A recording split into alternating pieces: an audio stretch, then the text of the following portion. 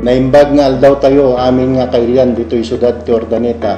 Ako po si Diomedes Marquez, ang punong barangay ng Anonas. Ang aming barangay ay binubuo ng halos 300 hektaryang lupain na ang mayorya nito ay mga bukirin kung saan pagsasaka ang unang pangunahing pinagkakakitaan ng mga tao. Ito ay mayroong 1,816 pamilya at kabuang populasyon na 6,503. Mayroong 3 eskwelahan, ang Anonas Elementary School, ang Anonas East Elementary School at ang Anonas National High School.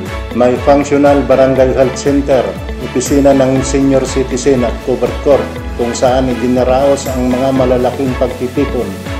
Mayroon ding barangay chapel na pinagdarausan ng misa tuwing linggo. Ang aming barangay ay isa sa mga barangay sa Urdaneta na maituturing na urban barangay. Dito matatagpuan ang ilan sa mga opisina ng gobyerno. Kabilang dito ang Regional Trial Court, ang Sinro o DNR, BGMP, City Abattoir o Slaughterhouse, BIR at ang New City Hall.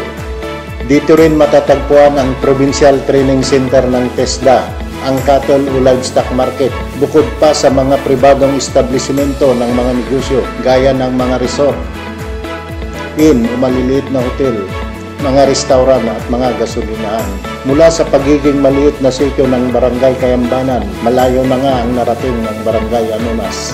Ang mga pagbabago at pag-unlad na ito ay lubhang makakatulong sa kabuhayan ng mga tao. Sa ngayon ay aming inaasam na sa mga susunod na taon ay maihahanay na ang aming barangay sa mga progresibong barangay sa ating lungsod. Ito ay sa pamamagitan ng tulong at gabay ng ating butihing City Mayor, Julio Ramy Paraino III, Vice Mayor Jimmy Ging Paraino at ng buong sangguniang panlungsod. Sa pangalan ng Anonas Barangay Council, kami po ay nagpapasalamat sa kanila. Mabuhay ang syudad ng Urdaneta, mabuhay ang Barangay Anonas, ang tahanan ng susunod na SM Mall sa Urdaneta. Pagpalain po tayo ng Panginoon.